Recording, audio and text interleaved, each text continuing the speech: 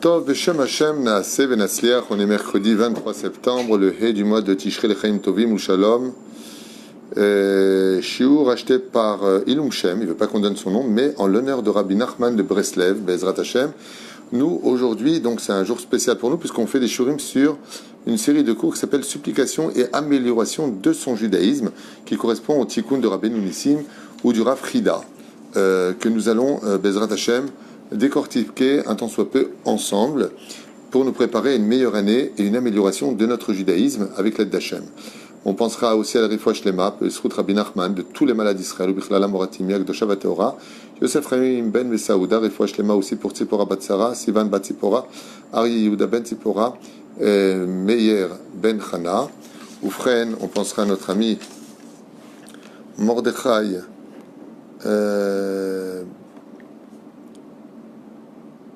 Aryeh Ben Mordechai Atia Yakar, Anaïs Léa Bat Kati Esther, Yanaï Ben Esther, Samuel Salomon Journo, Sarah Talia Bat Fred Myriam, Bekol Chol Israël, en même temps on pensera les Nishmat, tous les Niftarim d'Israël, Bichlalam, Shane Bat Finja, Denis Simcha Bat Lola, Tzipora Bat Ziligman Levi, Yehuda Sidney Ben Eliyahu Sayad, Alehem Ashalom, Ruach Hashem Tenachenam Began Aiden Elion, Bechol Ashorvim Imam, Bichlal Arachami Vaselechot, Vechen Yehi Ratzon, Venomar, Amen. Et donc sans plus tarder, on est dans une série un peu spéciale, mais qui vaut vraiment le coup d'être entendue, d'être partagée, mais vraiment. C'est pas simplement le fait de devenir meilleur au niveau des midot, mais au niveau technique, de savoir qu'est-ce que nous pourrions améliorer dans nos vies, comment nous pourrions devenir meilleurs à travers ce que Dieu attend de nous, et non pas simplement une vie sociale, sympathique entre nous, ce qui est très important, puisque c'est la base. Mais la base, c'est pas le binyan, la base, c'est en dessous. Donc il est temps de construire sur la base des bonnes midot quelque chose de meilleur que ce que nous pourrions comprendre si on n'étudiait pas la Torah. Donc il faut étudier la Torah pour pouvoir y accéder. Et sans plus tarder, dans le Alpha Beta, on avait le jour juste avant du premier cours, c'est Hachamnu, nous sommes donc rendus coupables. Et là on passe à la lettre Bet, Bagadnu. De quoi est-ce que l'on parle selon cette chita-là? Alors, que Dieu bénisse aussi la personne qui a acheté ce shiur sans vouloir donner son nom pour Rabbi Nachman de Breslev. Nous avons négligé l'étude de la Torah jour et nuit. Alors sachez que le fait de négliger l'étude de la Torah fait partie des choses les plus graves du judaïsme.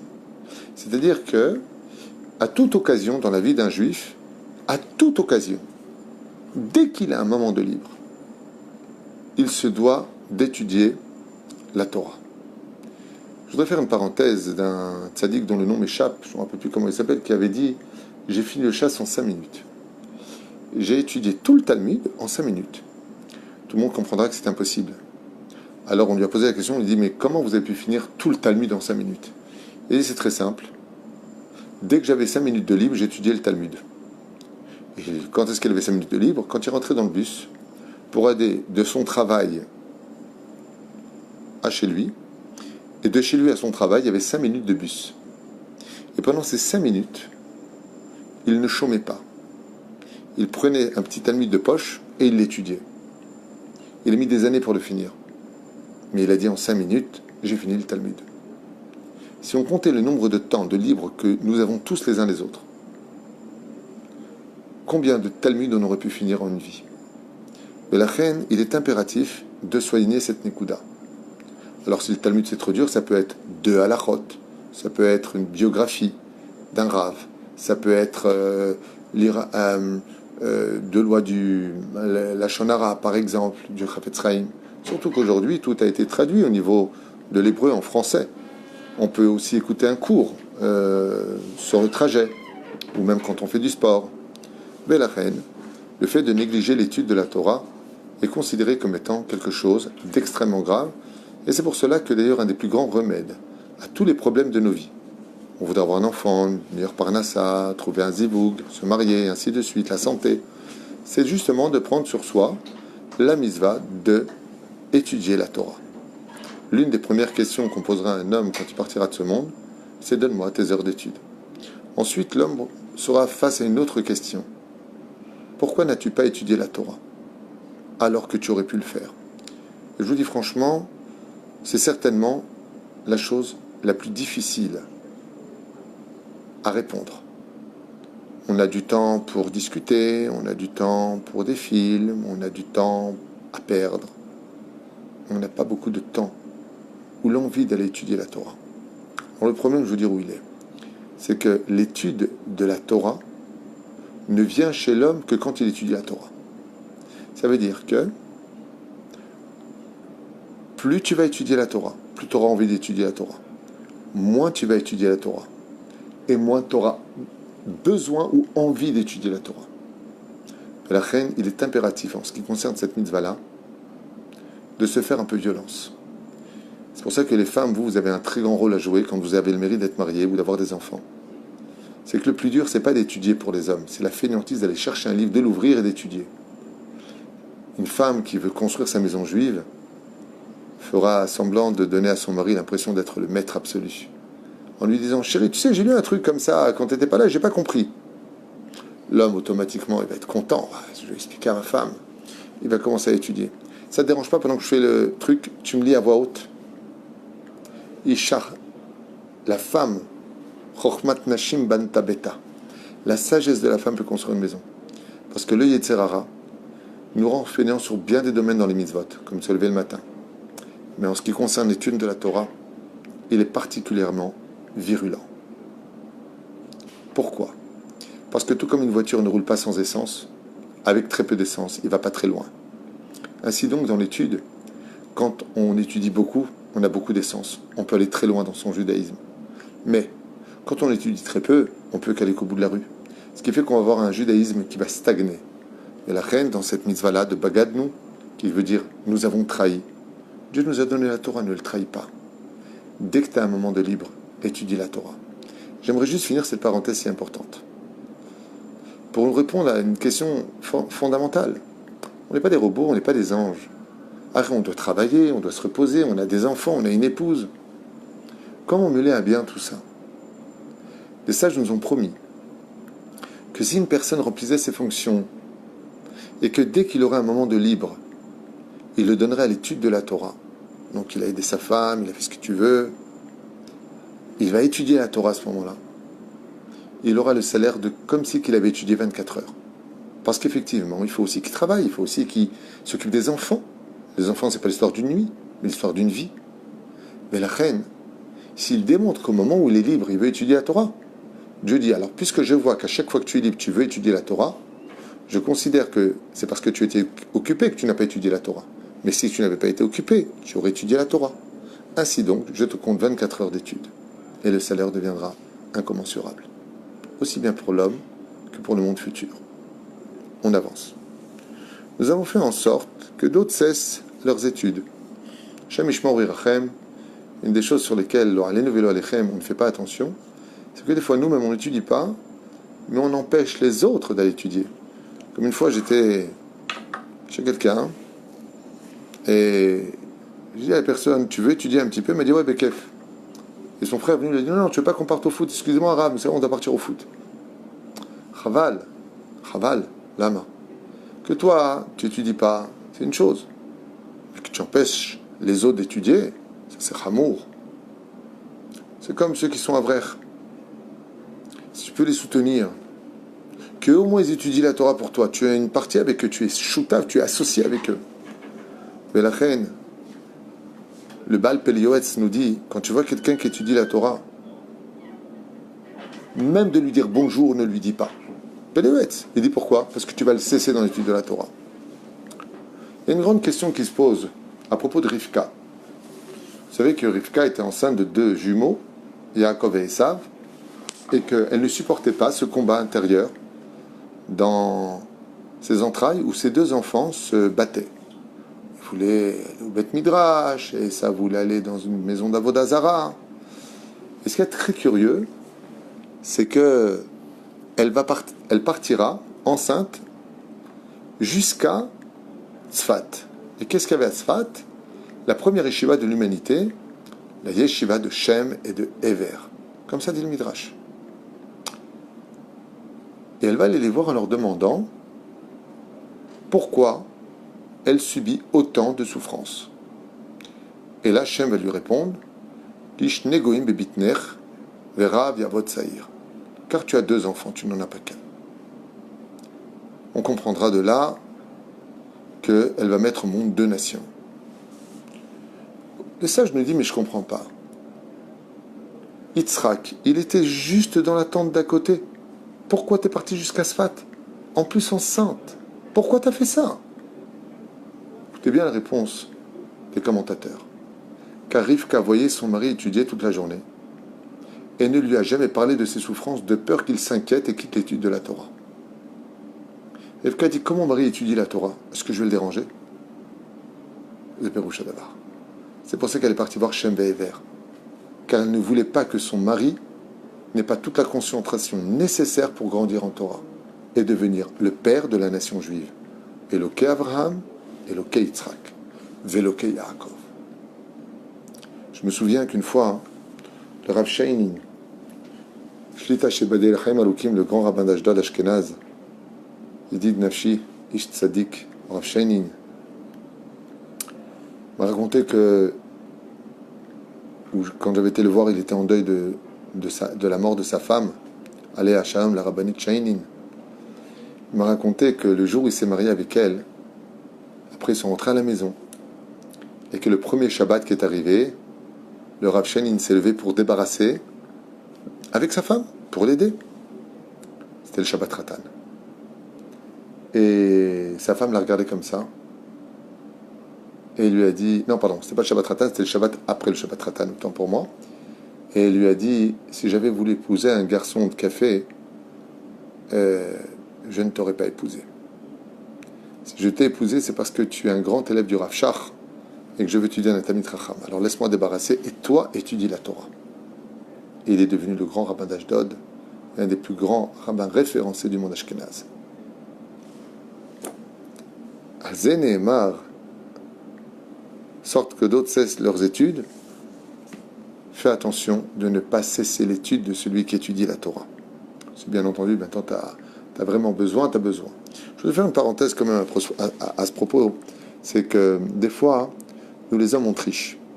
Quand il y a PSG contre Marseille et qu'on a l'heure d'études, on s'arrange pour repousser l'heure d'études. On ne va pas l'annuler, on va là juste la repousser. Un match de foot, on ne peut pas. Mais la femme, elle voit ça et elle n'apprécie pas ça. Alors le lendemain, quand tu dois étudier à cette heure précise, elle te dit, tu viens avec moi faire les cours, je suis fatigué. Et elle va te dire, oui, et l'heure d'étude, tu la repousses. Tout comme tu étais capable de repousser ton heure d'étude pour voir des ch'touillottes, des mecs qui courent après un ballon, de la même façon, tu vas repousser ton heure d'étude pour aider ta pauvre femme qui est fatiguée avec des varices. Mais la reine, si tu veux que ta femme te respecte dans ton étude, ne joue pas avec l'étude, car elle n'est pas idiote. Si tu sais repousser ton étude pour des raisons personnelles, alors elle fait aussi partie de ton personnel. Mais si elle te voit, que même quand il y a des choses qui sont très importantes pour toi, tu n'annules pas l'étude de la Torah, tu peux être certain qu'elle ne te dérangera jamais de ton étude de la Torah. Car l'homme est emmené là où il veut aller, mais pas à la condition qu'on prend pour un idiot. Ken, nous avons interrompu notre prochain dans la pratique des mitzvot, comme par exemple, il a les tefilines sur la tête et tu viens et tu l'interromps. À sourd, il n'a pas le droit de parler d'une sihat roulin. Des fois, on est quelqu'un, t'es où? Je suis à la synagogue avec les tefilines. Alors regarde, le patron, il arrive, il m'a dit de te dire, oh, il est avec les tefilines, qu'est-ce que tu veux qu'il parle du chol? C'est ce qu'il dit ici, fais attention. Nous avons interrompu notre prochain dans la pratique des mitzvot. Nous avons transgressé toutes les interdictions d'union conjugale de la Torah, de leurs dérivés et des relations charnelles interdites par les sages. Et ici, on parle de trahison. Ce sont toutes les relations sexuelles strictement interdites par la Torah. Nous avons prononcé les bénédictions en vain et les bénédictions non requises. Comme par exemple, des fois, les gens ils recommencent des bénédictions alors qu'ils n'avaient pas à le faire. Juste une parenthèse à ce propos. Si je pense que j'ai dit la bénédiction, mais j'ai un doute, qu'est-ce que je fais? Est-ce que je recommence ou pas? Réponse, non, à sourd. Si tu penses que tu as dit que tu as un doute sur une bénédiction, tu n'as pas le droit de la redire. Pourquoi? Parce que les bénédictions que nous avons sont des rabbanan. Mais ça fait que des rabbanan, les kula. Quand j'ai un doute sur une bénédiction des rabbanan, je ne refais pas. Alors comment je vais faire? je demanderai à une personne à côté de faire la bénédiction et de penser à moi pour me sortir de la bracha. Mais que moi, je recommence, c'est assour. Okay? Sauf Birkat Hamazon qui est d'Oraïta.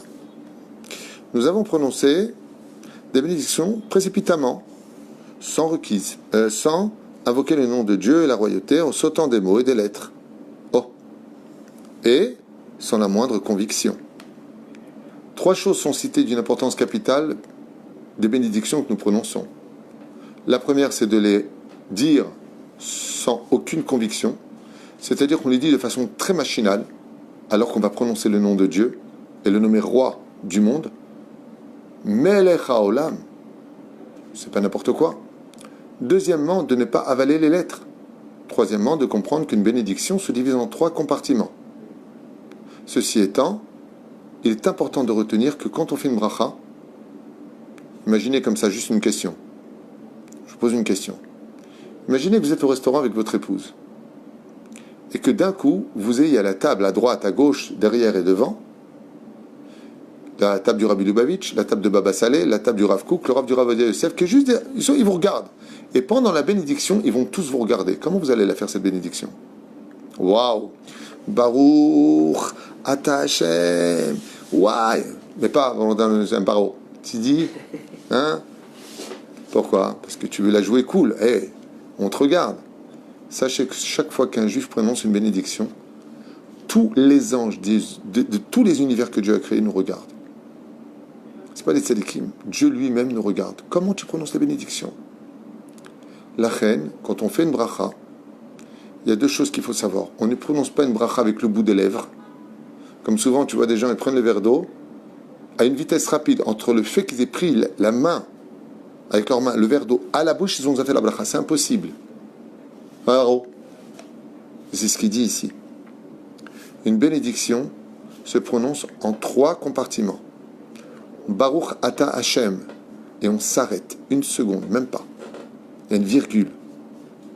Elokeinu Melech haolam. Et on s'arrête. On fait une toute petite pause d'une fraction de seconde. Sheakol Nia Bidvaro. Mais certainement pas Baruch Ata Hashem Shakol Bedvaro. Baruch Ata Hashem Mapitom. Et c'est ce qu'on vient de dire dans cette Tachanoun. Fais attention quand tu fais une bénédiction, de bien prononcer chaque mot, de donner le temps à la bracha. Car si Dieu nous a donné le besoin de boire et de manger, c'est pour les bénédictions. C'est pas pour autre chose. Ce qui fait que le ikar, quand tu bois, c'est pas ce que tu bois. C'est la bénédiction que tu vas faire dessus. Donc à la limite, bois rapidement, mais la bracha prend le temps. Très souvent, on met une demi-heure pour manger et 1 minute de Birkat Hamazon. C'est impossible. Et la reine, faire teshuva là-dessus. De prendre sur nous qu'à partir d'aujourd'hui, non seulement nous disions avec émotion chaque bénédiction, et non pas un rituel habituel prononcé à la va-vite en pensant à autre chose pendant la bracha. Baruch Ata Hashem Elokeinu Melech haolam Boré Mine Mezonot. C'est pas grand-chose, mais ça vaut de l'or. Faites attention, prenez sur vous de bien donner le temps à chacune des bénédictions. Surtout que vous pouvez faire Baruch Hashem encore plus grand que ça. Vous savez que plus grand est celui qui dit Amen à votre bracha que celui qui dit la bracha. Et pourquoi? Pour 2 raisons. Quelles sont les 2 raisons pour lesquelles, si par exemple maintenant je disais Shakol Yabidvaro sur un café, toi tu me dirais en face Amen. Nachon? Il a fait. Pourquoi est-ce que ton Amen serait plus grand que moi? La réponse est simple. C'est que moi, si je fais une bénédiction sur un liquide ou un élément ou un aliment, je profite de cet aliment. Donc je retire quand même un profit de ma bénédiction. Mais ton Amen à toi, il ne profite de rien. Ce qui fait que le fait de prononcer une bénédiction à voix haute et permettre à l'autre de dire Baruch Hu, Baruch Shemu et Amen, c'est offrir à l'autre déjà son monde futur. Parce que la Gemara dans Sanhedrin nous dit à partir de quel moment un homme devient l'héritier du monde futur? Dès qu'il a dit Amen. Donc imagine quand il dit Amen à ta bracha. La deuxième raison, c'est que quand tu prononces le nom de Dieu, tu dis Baruch Ata Adnut Aleph Dalet Nun Yud. Comme je vais le dire maintenant, Baruch Ata Adonai, Lamedeni Chukecha. Je finis le verset du Télim 119. Ok? Donc le nom c'est Adobai. Ça c'est juste un niveau du dévoilement de Dieu sur terre. Mais quand tu dis Amen, Amlef, Mem, Nun, c'est Gematria 91. Le mot Amen cache en lui Gam le Yud Kevavke et aussi le nom Adnout. Ce qui fait que quand tu réponds Amen, c'est plus grand que celui qui a dit Baruch Ata Hashem. Puisque toi tu n'as dit que Aleph Dalet Yud, tandis que si moi je dis Amen, eh bien, je gagne le nom de Dieu, le tétragramme dans le nom du dévoilement de Dieu sur terre, le Aleph Dalet Yud. Ce qui fait que je dévoile 2 noms de Dieu avec mon Amen, tandis que celui qui dit Al-Barcha, qu'un seul nom de Dieu. Donc c'est 2 fois plus grand de répondre Amen à une bénédiction que la bénédiction elle-même.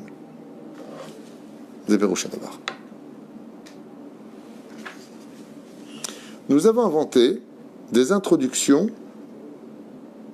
Alors nous avons inventé des introductions de notre propre chef. Nous avons méprisé des nouveaux enseignements de la Torah et dénigré tes paroles. Ça fait allusion à tout ce qui est réformiste, tout ce qui est l'Oralin Velo Alechem libéral, les libéraux, qui ont fait des introductions selon eux, qui n'ont pas tenu compte des écrits et qui n'ont pas de référence à leur dire, ni l'autorisation de les enseigner. Faire très attention à cela, Shalbin Atechal Tishaen, de l'interdit formel pour chaque juif de vivre sans rave. Chez Yeda Torah, est-ce que ce que je pense, que ce que je dis, c'est bien comme ça qu'il fallait le comprendre? Nous avons annulé la lecture du Shema Israël. Vous savez que chaque juif a le devoir de dire au moins 2 fois par jour le Shema Israël. Shorbecha, Uf Kumecha. Quand tu te couches, quand tu te lèves. Le Shema Israël a la force d'éloigner tous les mauvais esprits de nous, tous les démons, hormis le fait que ce soit une mitzvah qui appartient au plus haut degré, aux plus hautes sphères, puisqu'il rejoint le nom de Ko, Gematria 25 des 25 lettres de Shema Israël, Hashem Elokeinu, Hashem Echad.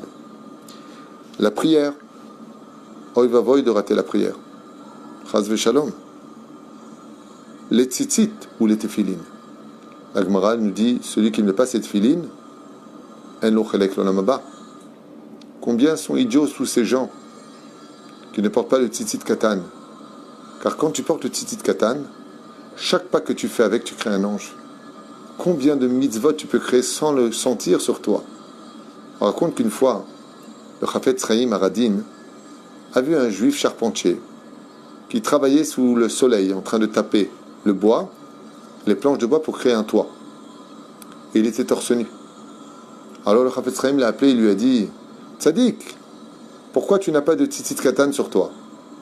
Et il lui a répondu, parce que j'ai trop chaud et c'est compliqué pour moi, je suis sur le toit et les fils et les machins. Le Chafetz Chaim lui a dit, mais de là où tu es, si tu avais une corde, dans le cas où Chaz v'Shalom tu devrais tomber, tu n'aimerais pas être soutenu? Il lui a dit oui. Il lui a dit oui. Et qu'est-ce qu'il fait à ce moment-là? Il lève sa ceinture devant le Chafetz Chaim, dit, je suis attaché à une corde parce que le toit était haut. Il lui a dit, et tu préfères une corde ou 8 cordes? Alors le Chafetz Chaim, il a regardé comme ça, il dit, tu préfères une corde ou 8 cordes? Il lui a dit, j'ai compris. Il est descendu du toit, il a ramassé son tzitzit qui était à côté de sa chemise, il l'a mis sur lui, il est remonté là-haut. Il lui dit, maintenant tu as 9 cordes qui te tiennent. Une au niveau de la ceinture et 8 de chaque côté qui te protègent par ce mérite-là, Bezrat Hashem, d'éviter de tomber. Rouche d'abord, le tzitzit, c'est un mérite qui éloigne de nous un monde de mauvais décrets. Agmara nous dit combien ils sont idiots ces gens. Tu mets une chemise, tu mets une veste, tu peux pas mettre un tzitzit, même des rabananes, même en coton. Mais un tzitzit, chaval, en quoi ça te dérange? Surtout que nous, les Sfaradim, Kikaron, on met les tzitzit à l'intérieur du pantalon, on ne les voit pas. Mais le fait de les porter, chaque pas que tu fais avec, tu crées un ange. Min Adin, dans l'absolu, c'est si j'avais un vêtement à 4 coins que je mettrais des tzitzit et que je le porterais. Mais cette mitzvah est tellement chère aux yeux d'Israël que nous avons inventé un vêtement à 4 coins pour avoir le mitzvah de mettre à ces 4 coins les tzitziot sur lesquels, Bezrat Hashem, nous allons pouvoir faire des pas avec une mitzvah sur nous. Baruch Hashem. Et il faut savoir que la mitzvah du tzitzit, Bezrat Hashem, de la Mila et de la Mezouza, sont capables de rapprocher le Mashiach. Parce que quand on porte les tzitzit, Baruch Hashem, quand on porte les tzitzit sur soi, qu'on passe près de la mezouza et qu'on a Baruch Hashem la Chanouka, ça fait du mot Tzemach, comme ça ils disent les Chachamim. Et Tzemach David Avdecha. Mais toute l'année on n'a pas la Chanouka, on a la Mila. Ce qui fait qu'un homme qui est Shomer Brit Mila, qui porte le tzitzit sur lui et qui a la mezouza, Mevi Alech Melech HaMashiach. Ze Perush Hadavar. Nous avons méprisé nos parents. Nous avons manqué de respect à nos parents. On leur a mal parlé. On les a considérés comme des copains. On les a envoyés balader.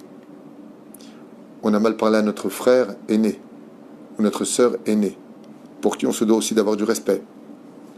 Nous avons méprisé les sages et des hommes qui craignent Hachem. On a dit du mal des uns et des autres. On a critiqué le monde de la Torah et des mitzvot. Nous avons annulé la pratique des 248 commandements positifs de la Torah et des paroles qui nous ont et des paroles que nos sages nous ont transmises. Nous avons méprisé, alors tout ça bien entendu je le lis parce que si on commente tout on est là pendant des années, la sagesse des sages des générations et de leurs scribes.